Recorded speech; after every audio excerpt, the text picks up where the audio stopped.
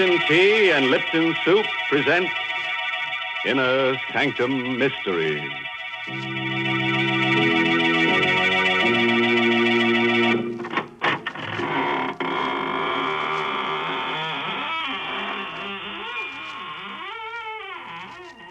Good evening, friends. This is your horror host at the squeaking door of the Inner Sanctum.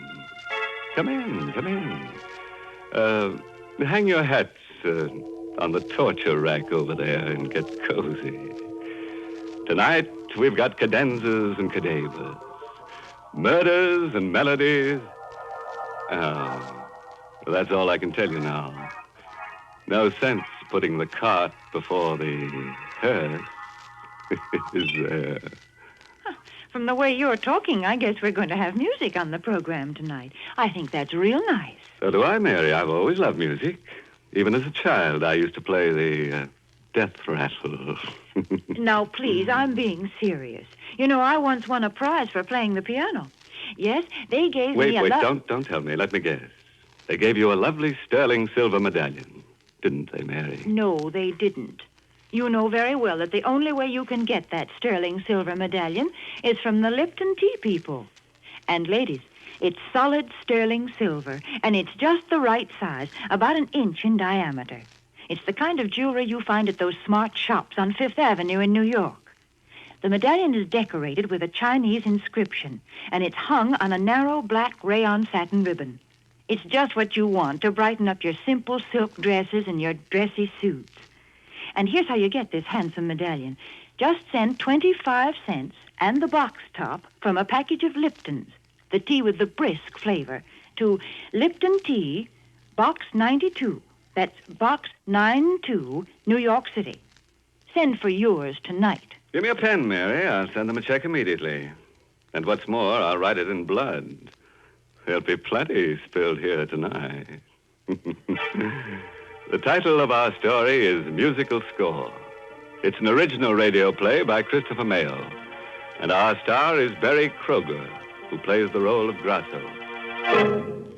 It's the story of a simple melody and of a killer who, as our story opens, is fighting desperately and alone against a raging storm off the coast of Maine. The lifeboat he is in is half foundered, and the man's wild rowing does little good. I'm a murderer! A murderer! I kill to be free! And I am free! Free! Or am I? Did I do it all for nothing? Peter Tull and his wife. They were the first to go. Almost in the same spot. Tull, world-famous composer. Tull and that tune of his. He had all three of us on the life raft, crazy with it. That maddening tune. I can still hear him humming it, still hear it. But the sea was calm that day. Dead calm. 15 days of calm. 15 days on a raft with a sick woman and 3 men. And that sun. Tull! Stop that blasted humming! Sorry, Smythe. Just that Marcia seems to like it. Part of a symphony I'm working on. It does get on our nerves, Tull. How is your wife? I don't know, Grasso. Poor Marcia. Yes. Yes, I know. I'm hungry. Smythe, how about some rations? Ah, that fat belly of yours. I told you before, even off, as chief mate, I run this life raft. We've got rations for 1 person for 2 days. The woman eats, we don't. Now forget it. Well, we ought to be practical. Smythe, what made the Santa Margarita go down so quickly? I told you, nothing but a stray mine. It was Argentine registry, coffee boat, a neutral. That's all it could have been. Oh, cut it out, will you, Tull? Or change the tune at least. I can't stand it. Sorry. We're done for. Yeah, you may be a famous playwright, Grasso, but you don't know the sea. We're near the main fishing banks. We got a chance of beating a fisher we can hold out. Tull! Tull, will you stop that blasted tune? Yes, for heaven's sake, Tull, quit it!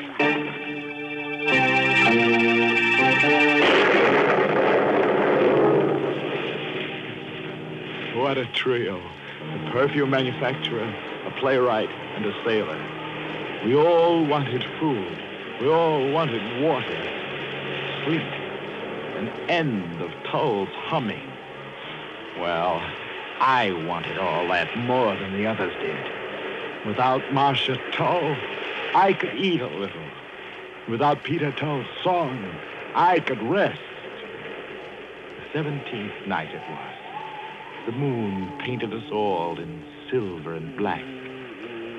The others slept. Tull had his wife's head cradled in his lap. I crawled over to Tull. How is she, Tull? You know, I think she's getting better. She smiled at me a minute ago.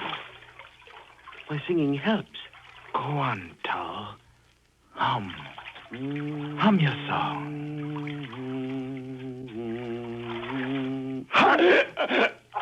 Hum, you little fool, for the last time. Hum. I cut off his infernal song, cut it off with my fingers, digging into the yielding flesh of his throat. He slumped over his wife's body. I closed my ears to her moans. I pushed them both into the dark water.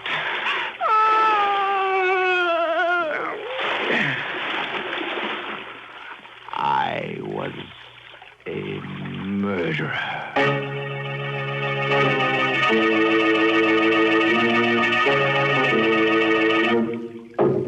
All right. So Tull's gone. So's his wife. But they didn't fall off. One of the three of us murdered them. And it wasn't me. I don't think you did, Smythe. I know I didn't. You're voting 2-1 and electing me the murderer, huh? Not necessarily, Grasso. It just looks a little like it. How are you going to prove it? Who's going to believe you any more than they'd believe me? Even if I was ready to murder for a crust of bread. For all I know, Smythe, you did it to sell even off some rations. Well, we hang together or we hang separately then. Let's be practical about this, Smythe. None of us can afford to be mixed up in even the implication of murder. Suppose we have an agreement, just in case we are picked up. What kind of an agreement, Grasso? Suppose we agree now and for all time that Tull and his wife simply died at sea and were buried at sea.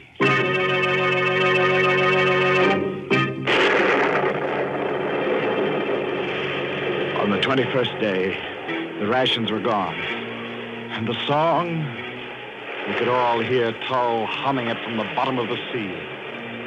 We watched each other like animals. On the 23rd day, a fishing boat picked us up, half dead, cooked alive. But we lived. I lived to fear and to kill again. Fear began with a little scene in the Portsmouth hospital where we were being treated. Well, you got your belly full of food even now? Yes. No more hunger pangs, Smythe. How about you, Grasso? Pretty normal now, I guess. Oh, by the way, a friend of mine, second mate on another ship, was in to see me yesterday. Yes? Yeah.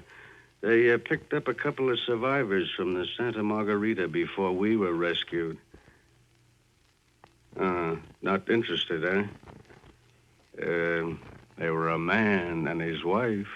Well, don't be such a dramatic ass, Smythe. Was it... No, not poor Marcia and Peter Tull, but the friends of theirs, the Abraham Davises. You know him? Davis? The symphony conductor? Yeah, that's him. Wouldn't he like to know about the Tulls, huh? You've got a flair for the dramatic, Smythe. Sometimes it's dangerous to be so talented. I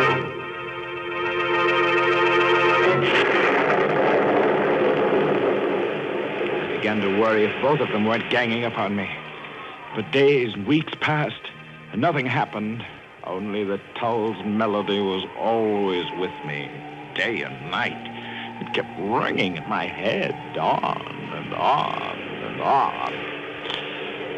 But at least I hadn't heard from the other two until one morning a letter came from Abraham Davis, the symphony conductor and dear friend of the Peter Tulls. Dear sir, it has taken me this time to locate you three who were with my lamented friends, Peter and Marcia Tull, when they died at sea. I'm giving a reading from the score of Peter Tull's last symphony in my home prior to his first performance, and thought you might like to hear it. Hear it? I didn't need a reading to hear it. But I'd have to be there. They would be. Maybe plotting to tell lies about me to Davis.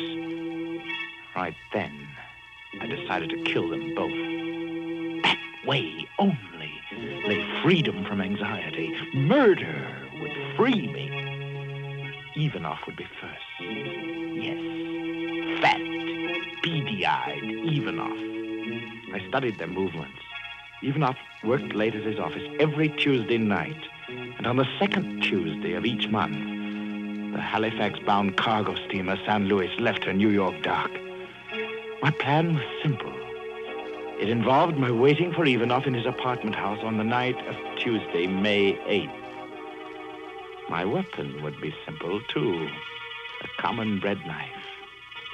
Simple and so satisfying. Good night, Mr. Ivanov. Thanks for the bottle of perfume. My girl's crazy about it. That's yours. When you get married, I'll give you a quart of it. Thanks. I slid the knife from my sleeve and gripped the handle. Ivanov reached his door. His broad back was a leap away. I knew where to strike. You learn those tricks in my trade.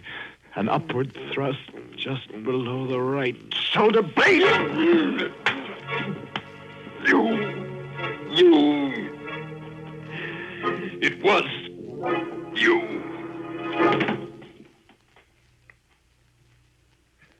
I watched him gasp out his last, feeling no remorse, no pity, just relief that I had nothing more to fear from Ivanov, at least.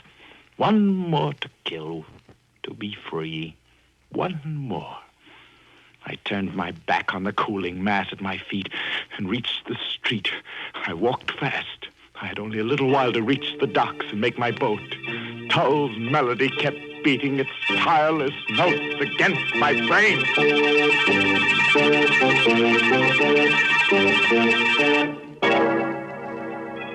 Well, dear me and Gory B. That's my idea of a real song plugger. Oh, speaking of music and murder, did you ever hear of the fiddler with a violent temper? He murdered his wife because she was always harping at him. Oh, yes, and because she had a cellist disposition, too. You're certainly full of musical puns tonight. Good heavens, what have you got there? It looks like a Chinese gong. It is, Mary. I got it from an auctioneer. You know, those fellows always say, going, going, gong. Well, what are you going to do with it? Oh, I've always wanted to kick the gong around. Besides, if you're going to tell that Chinese story about the medallion, I ought to accompany you on the Chinese gong. Well, I'm not going to tell it in Chinese, so suppose you put that thing away. But, ladies, there is a story behind that sterling silver medallion that the Lipton tea people want to send you. And what's more, it's a true story. It seems that the original of this handsome medallion was given to an American flyer who was rescued by Chinese guerrillas after he'd bailed out over enemy territory. The flyer was told that the Chinese letters on the medallion would identify him and bring him safely through the lines. Well, he did get through. And only then did he learn that the inscription said, "Good luck," in Chinese. Now, there's a story to tell your friends when they're admiring your medallion on its smart black rayon satin ribbon.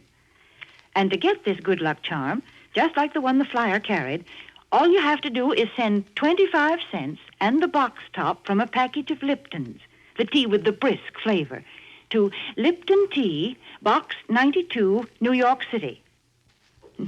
How about hitting that gong now so they'll remember? Yes, that's Box 92 in New York City. All right. Now let's go back to our murderer who's being haunted by a song. Remember what happened? A composer named Tull and his wife Marcia were thrown off a life raft and drowned by one of 3 other men on the raft. The killer has been telling us his story as he fights the sea in a lifeboat. You remember that he just murdered Ivanoff and is now heading for a Halifax-bound cargo ship.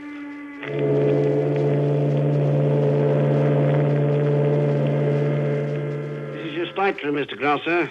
Anything I can do for you? No, thanks. Not just now. I'm going right to bed. When do we reach Halifax? Tuesday morning, sir. Yes. Good night. Thank you. Oh, wait. I'm afraid I'm rather a nervous traveler. Well, just between us, do we have competent officers aboard? You're best, sir. Captain Jarms is tops. Oh. There's no better chief mate anywhere than Mr. Smythe, sir.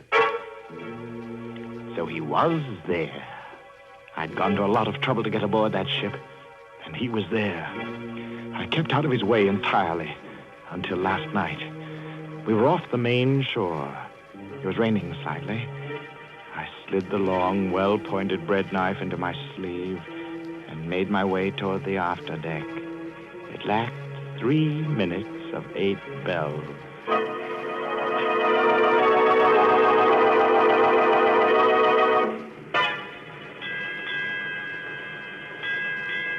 Eight bells, Skipper. I'm going out for a smoke. There he was, just where he had been every night, smoking, leaning against the rail near the small lifeboat. I could barely see him. It was so dark. But I stole toward him a foot at a time. Now I held my breath. I was so close. Slowly, I brought my arms straight to my side, flexed my muscles, tensed for the thrust. I calculated the lunge. The cigarette told me where his mouth was. Then he turned his head a little, his cigarette flared and lit his face, and his eyes were on me. I thought you'd look me up if I came to the same spot each night. Turning out to be quite a killer, aren't you? How did you... Yes! Can you still hear me smile? Now nobody knows what happened on the life raft. Nobody. I'm free. You fool. You'll never be free. The song will...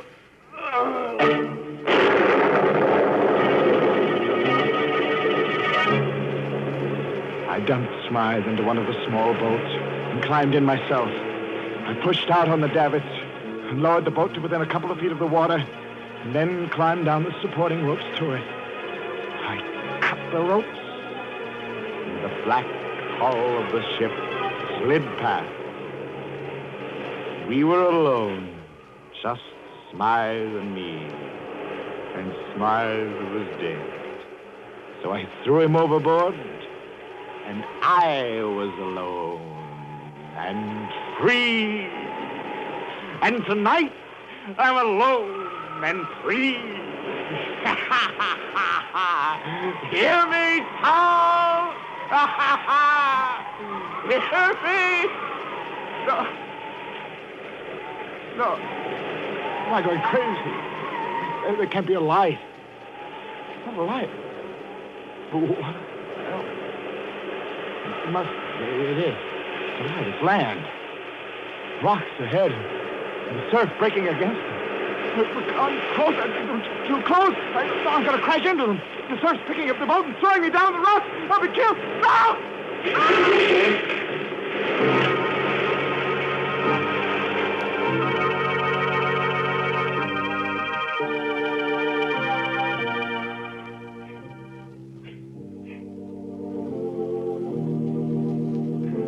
Wait, darling. I think I hear something outside. What? Stop a minute. I think I hear something. You don't have to shout. What is it there? Listen. Isn't that our door? Don't you hear pounding? How could it be? This is a lighthouse, and who would come out to an island in this storm? Just the same, I'm going to see. All right, I'll go with you.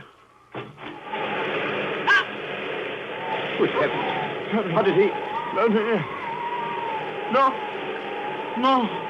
Not you. Stay away, Towel. Leave me alone. You're dead. It's made it, Marshal. Here, give me a hand. Put him in the living room bunk. Peter, Yes? how did he know our name? What did he mean by what he said? He's changed a lot since we saw him last. Since I saw him last. He was on the life raft with us. The Santa Margarita? Yes. I'd know him better than you would. You were ill. His name's Grasso. His was the last voice I heard before we fell overboard.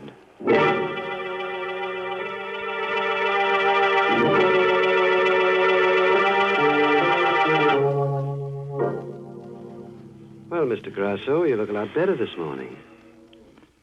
How was your head? It throbs. I can't move. What happened? You were washed up against the rocks in a lifeboat. Oh. You must have hit your head and banged up your side. You didn't drown. Obviously. You didn't choke me thoroughly enough, Grasso. The water revived me. And I was clutching Marcia's dress. Yes, but how did you... Get here? Yes. Fishing boat. It was almost dawn when you tried to kill us. I managed to hold Marcia up for a little while. We were lucky. What are you... Here. Put your arm around my No. neck. I'll take you to the tower. Where's your wife? Marcia's gone to the mainland to get the doctor. We're alone. Yes. We're alone. Relax now. No. Let me go, Tal. I didn't mean to do it. I was crazy with hunger. And that tune of yours, we were all crazy, Tal. I'll pay you. No, I'll pay you. It's too late, Grasso. Anything. Don't struggle.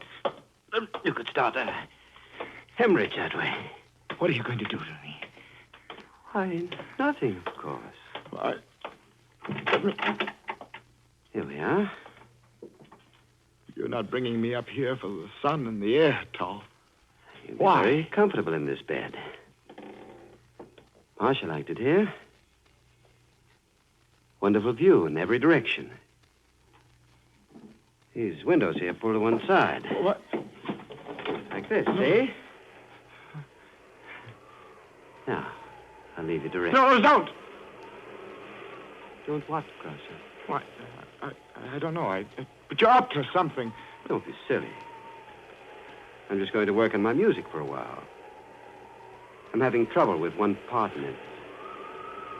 It goes... Huh?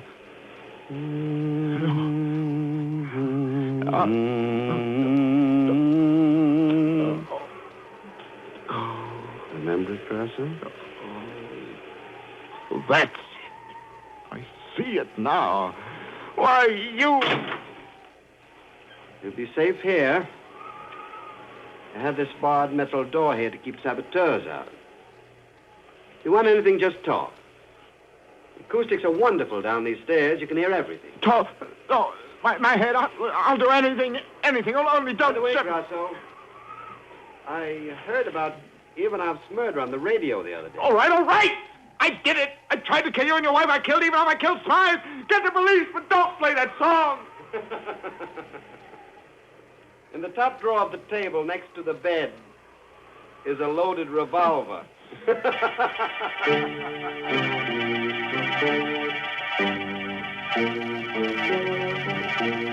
Stop, Tom!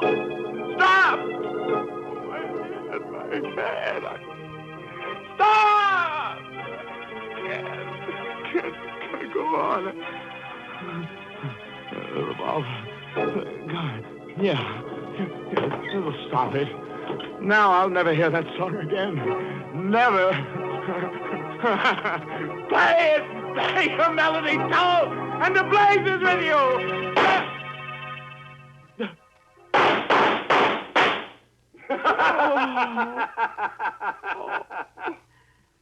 I forgot to tell you, Grasso. The gun is loaded with blanks.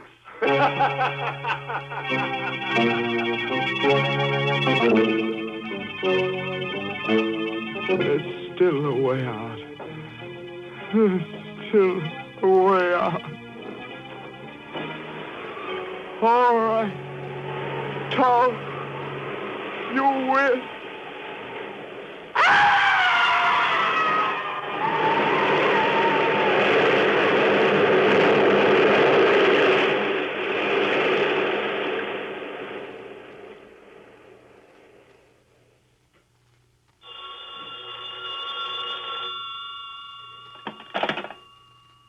Hello? Oh. Hello, Marcia, darling. No, everything is fine now. Yes, there is something you can do for me. Send Davis a wire, will you? Just say, planned fall production of symphony. Have just finished. Final score.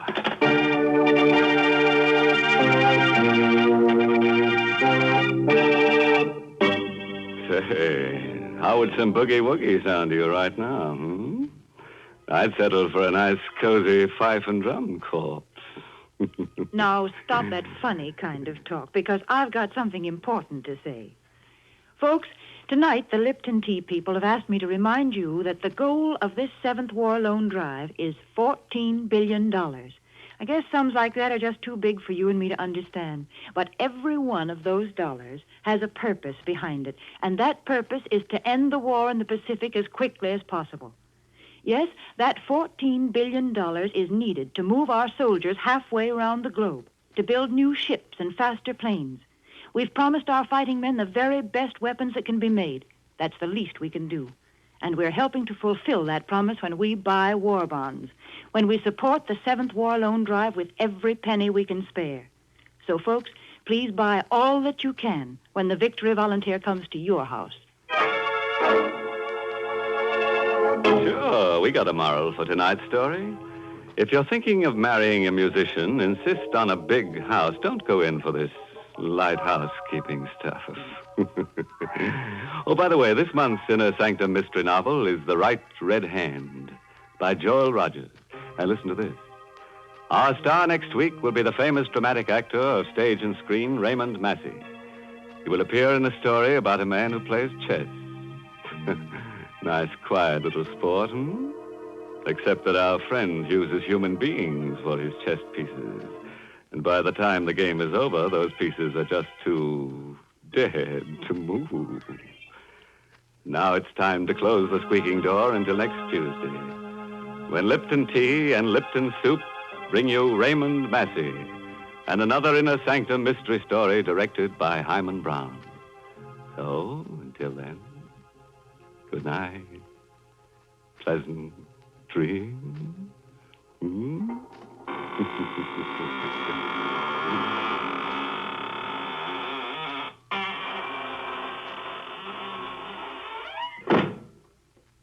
Folks, there's a modern food with an old-fashioned homemade flavor. It's Lipton's Noodle Soup.